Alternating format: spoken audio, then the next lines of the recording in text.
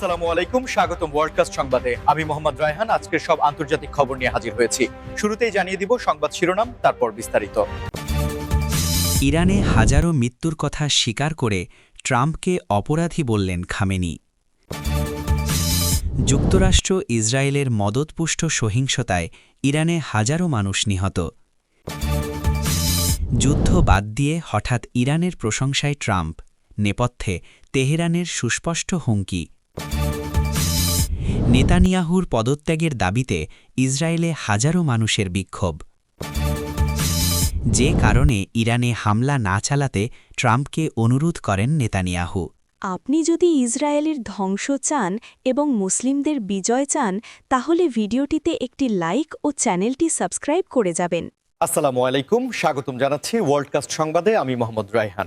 এতক্ষণ শুনছিলেন সংবাদ শিরোনাম, এবার বিস্তারিত। এবার বিস্তারিত খবরে যাওয়া যাক।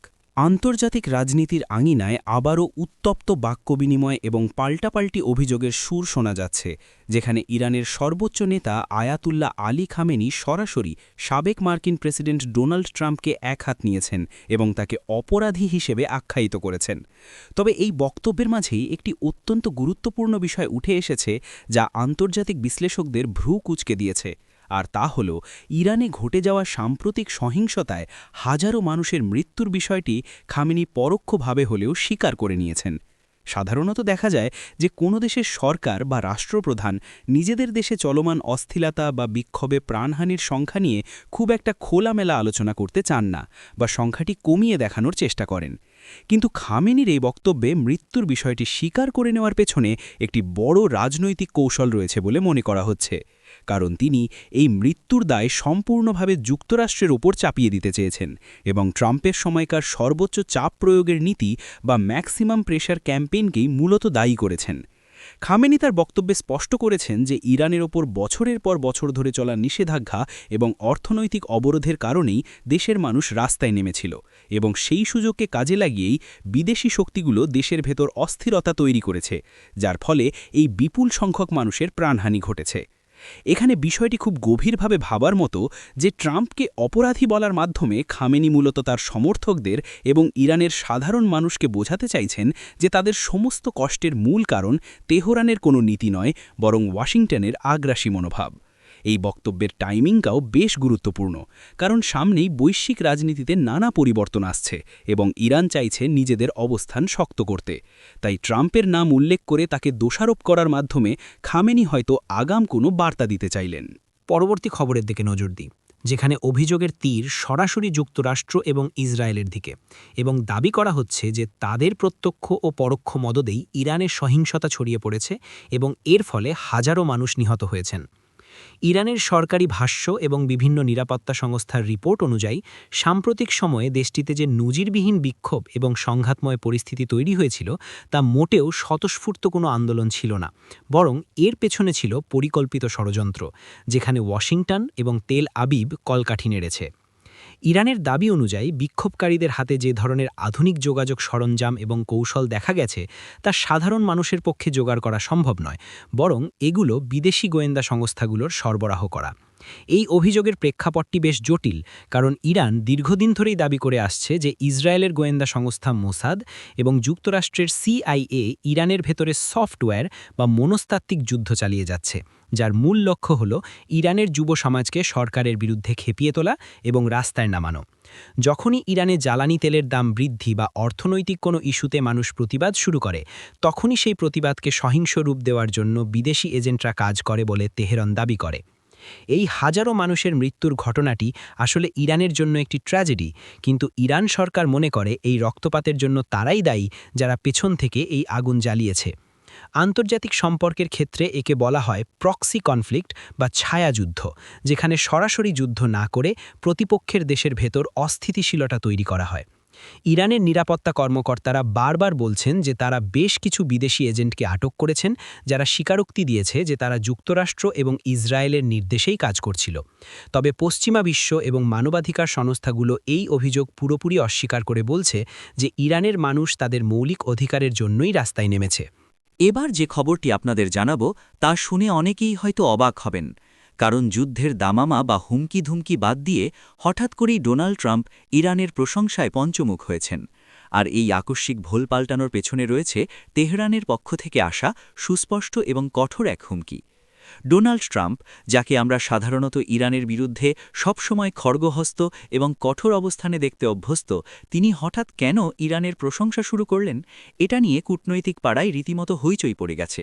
আসলে ঘটনাটি হল, রাজনীতির মাঠে ট্রাম্প একজন ব্যবসায়ী সুলভ মনোভাব পোষণ করেন এবং তিনি যখন দেখলেন যে ইরানের সাথে সরাসরি সংঘাতে জড়ালে যুক্তরাষ্ট্রের স্বার্থে বড় ধরনের আঘাত লাগতে পারে, তখন তিনি তার কৌশল পরিবর্তন করলেন।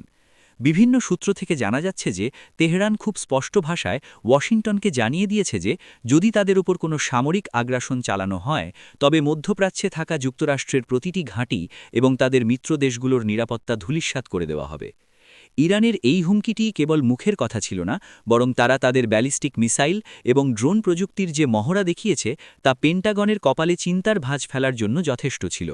সম্ভবত এই গোয়েন্দা তথ্যের ভিত্তিতেই ট্রাম্প বুঝতে পেরেছেন যে এই মুহূর্তে ইরানের সাথে যুদ্ধ করাটা হবে মৌমাছির চাকে ঢিল মারার মতো, তাই তিনি চাপ প্রয়োগের পরিবর্তে প্রশংসা ও আলোচনার পথ বেছে নিয়েছেন।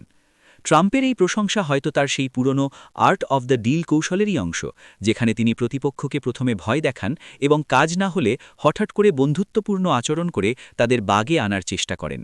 তিনি হয়তো ভাবছেন প্রশংসার মাধ্যমে ইরানকে আলোচনার টেবিলে আনা সম্ভব হবে এবং বড় কোনো যুদ্ধ এড়ানো যাবে। তবে ইরানের নেতারাও কাঁচা খেলোয়াড় নন, তারা ট্রাম্পের এই মিষ্টি কথায় গলে যাবেন এমনটা ভাবার কোনো কারণ নেই। তেহরান জানে যে এই প্রশংসা সাময়িক এবং এর পেছনে অন্য কোনো মতলব থাকতে পারে। তবুও যুদ্ধের উত্তেজনা কমিয়ে কূটনৈতিক পথে হাঁটার এই যে ইঙ্গিত, তা বিশ্ব অর্থনীতির জন্য কিছুটা স্বস্তির খবর। বিশেষ করে তেলের বাজারে এর ইতিবাচক প্রভাব পড়তে পারে। কিন্তু প্রশ্ন থেকে যায়, তেহরানের সেই সুস্পষ্ট হুমকিটি আসলে কী ছিল? সেটা কি হরমুজ প্রণালী বন্ধ করে দেওয়া, নাকি পারমাণবিক কর্মসূচির চূড়ান্ত ধাপে পৌঁছে যাওয়া? এই বিষয়গুলো এখনও পরিষ্কার নয়, তবে এটা নিশ্চিত যে ইরান তাদের সামরিক সক্ষমতা এমন পর্যায়ে নিয়ে গেছে যে এখন আর তাদের সহজে ধমক দিয়ে দমিয়ে রাখা সম্ভব নয়। দর্শক, ট্রাম্পের এই ইউটার্ন বা পল্টি নেওয়াকে আপনারা কিভাবে দেখছেন? এটা কি তার দুর্বলতা নাকি বিচক্ষণতা? এখন আমরা দৃষ্টি ফেরাব ইসরায়েলের দিকে, যেখানে প্রধানমন্ত্রী বেঞ্জামিন নেতানিয়াহুর পদত্যাগের দাবিতে হাজার হাজার মানুষ রাস্তায় নেমে এসেছেন এবং তেল আবিবের রাজপথ স্লোগানে স্লোগানে প্রকম্পিত হয়ে উঠেছে। ইসরায়েলের ইতিহাসে এমন দীর্ঘস্থায়ী এবং ব্যাপক বিক্ষোভ খুব কমই দেখা গেছে, যেখানে সমাজের সর্বস্তরের মানুষ, ছাত্র, শিক্ষক, রিটায়ার্ড আর্মি অফিসার, এমনকি সাধারণ গৃহিণীরাও এক কাতারে দাঁড়িয়ে প্রধানমন্ত্রীর পদত্যাগ দাবি করছেন। এই ক্ষোভের মূল কারণ শুধুমাত্র একটি বিষয় নয়, বরং একাধিক ইস্যু মিলেমিশে এক বিশাল আগ্নেয়গিরির রূপ নিয়েছে। প্রথমত, বিচার বিভাগীয় সংস্কারের নামে নেতানিয়াহু সরকার যে পদক্ষেপগুলো নিতে চেয়েছিল তা ইসরায়েলের গণতন্ত্রকামী মানুষ মেনে নিতে পারেনি এবং তারা মনে করছেন এর মাধ্যমে নেতানিয়াহু নিজেকে আইনের ঊর্ধ্বে নিয়ে যেতে চাইছেন। দ্বিতীয়ত, নিরাপত্তা ইস্যুতে সরকারের ব্যর্থতা এবং জিম্মি সংকট সমাধানে দীর্ঘসূত্রিতা সাধারণ মানুষের ধৈর্যের বাঁধ ভেঙে দিয়েছে। বিক্ষোভকারীরা মনে করছেন নেতানিয়াহু নিজের রাজনৈতিক ক্যারিয়ার এবং ক্ষমতা টিকিয়ে রাখার জন্য দেশের স্বার্থকে জলাঞ্জলি দিচ্ছেন এবং তার একগুয়েমির কারণেই ইসরায়েল আজ আন্তর্জাতিক মহলে একা হয়ে পড়ছে এবং অভ্যন্তরীণভাবে বিভক্ত হয়ে যাচ্ছে। শনিবার রাতে যখন হাজার হাজার মানুষ ইসরায়েলের পতাকা হাতে এবং নেতানিয়াহু বিরোধী প্ল্যাকার্ড নিয়ে রাস্তায় নামেন, তখন পুলিশকে জলকামান ব্যবহার করতে দেখা যায়, কিন্তু জনতার স্রোত তাতে দমে যায়নি। এই বিক্ষোভের আরেকটি বড় দিক হল এর ফলে ইসরায়েলের অর্থনীতিতেও বড় ধাক্কা লাগছে। হাইটেক কোম্পানিগুলো উদ্বেগ প্রকাশ করছে এবং বিনিয়োগকারীরা মুখ ফিরিয়ে নিতে শুরু করেছেন। আন্দোলনকারীরা স্পষ্ট ভাষায় বলছেন যে যতক্ষণ পর্যন্ত নেতানিয়াহু পদত্যাগ না করবেন এবং নতুন নির্বাচন না দেওয়া হবে, ততক্ষণ তারা ঘরে ফিরবেন না। অন্যদিকে নেতানিয়াহু তার অবস্থানে অনড়। তিনি দাবি করছেন যে বিরোধীরা দেশের শত্রুদের হাত শক্ত করছে এবং এই সময় সরকারের পতন হলে তা ইসরায়েলের নিরাপত্তার জন্য বড় হুমকি হয়ে দাঁড়াবে। আজকের শেষ সংবাদ শিরোনামটি অত্যন্ত কৌতূহল উদ্দীপক, যেখানে জানা যাচ্ছে যে ইসরায়েলের প্রধানমন্ত্রী বেঞ্জামিন নেতানিয়াহু নিজে ডোনাল্ড ট্রাম্পকে অনুরোধ করেছিলেন যেন ইরানে হামলা না চালানো হয় এবং এই অনুরোধের পেছনের কারণটি বেশ কৌশলী এবং গভীর। সাধারণত আমরা জানি যে নেতানিয়াহু সবসময় ইরানের বিরুদ্ধে কঠোর ব্যবস্থা নেওয়ার পক্ষে কথা বলেন এবং তিনি বিশ্ব নেতাদের বারবার তাগিদ দিয়েছেন ইরানের পারমাণবিক স্থাপনায় আঘাত হানার জন্য। কিন্তু হঠাৎ করে তিনিই কেন ট্রাম্পকে থামালেন? এর নেপথ্যে রয়েছে ঠান্ডা মাথার এক জটিল সমীকরণ। বিশ্লেষকরা মনে করছেন নেতানিয়াহু বুঝতে পেরেছিলেন যে ওই নির্দিষ্ট মুহূর্তে যদি যুক্তরাষ্ট্র ইরানে হামলা চালাত তবে তার পাল্টা জবাব হিসাবে ইরান এবং তাদের প্রক্সি বাহিনীগুলো যেমন হিজবুল্লাহ বা হামাস ইসরায়েলের ওপর এমন ভয়াবহ রকেট হামলা শুরু করত যার সামাল দেওয়া ইসরায়েলের আয়রন ডোম বা নিরাপত্তা ব্যবস্থার জন্য কঠিন হয়ে পড়ত। অর্থাৎ আমেরিকার যুদ্ধের খেসারত দিতে হতো ইসরায়েলকে। তাছাড়া ওই সময়ে ইসরায়েলের অভ্যন্তরীণ রাজনৈতিক পরিস্থিতি বা সামরিক প্রস্তুতি হয়তো বড় ধরনের আঞ্চলিক যুদ্ধের জন্য অনুকূল ছিল না। নেতানিয়াহু হয়তো ভেবেছেন ট্রাম্প যদি আবেগের বশবর্তী হয়ে হামলা করে বসেন এবং সেই হামলা যদি ইরানের মূল সক্ষমতা ধ্বংস করতে ব্যর্থ হয় তবে ক্ষিপ্ত ইরান আরও ভয়ঙ্কর হয়ে উঠবে এবং পুরো মধ্যপ্রাচ্য জুড়ে ইসরায়েলি স্বার্থের ওপর আঘাত হানবে। আরেকটি কারণ হতে পারে যে নেতানিয়াহু চেয়েছিলেন এই হামলার বিষয়টি তার নিজস্ব সময় এবং সুযোগ মতো হোক, ট্রাম্পের খেয়াল খুশি মতো নয়। তিনি হয়তো চেয়েছিলেন আন্তর্জাতিক সমর্থন আরও পোক্ত করে এবং আরব বিশ্বের সাথে সম্পর্ক ঠিক রেখে তবেই বড় কোনো অ্যাকশনে যাওয়া উচিত। এছাড়া মার্কিন নির্বাচনের আগেই কোনো বড় যুদ্ধে জড়ালে তার ফলাফল কী হবে সেটা নিয়েও হয়তো তেল আবিবের শঙ্কা ছিল। তাই আপাতদৃষ্টিতে মনে হতে পারে যে নেতানিয়াহু ইরানকে বাঁচালেন, কিন্তু আসলে তিনি নিজের দেশকেই আসন্ন এক ধ্বংসযজ্ঞ থেকে রক্ষা করার জন্য ট্রাম্পকে ওই অনুরোধটি করেছিলেন। এটি ছিল পুরোপুরি স্ট্র্যাটেজিক পেশেন্স বা কৌশলগত ধৈর্যের উদাহরণ। রাজনীতিতে সবসময় যা দেখা যায় তা সত্য নয়, এবং নেতানিয়াহুর এই সিদ্ধান্ত প্রমাণ করে যে তিনি আবেগের চেয়ে বাস্তবতাকে বেশি গুরুত্ব দিয়েছেন।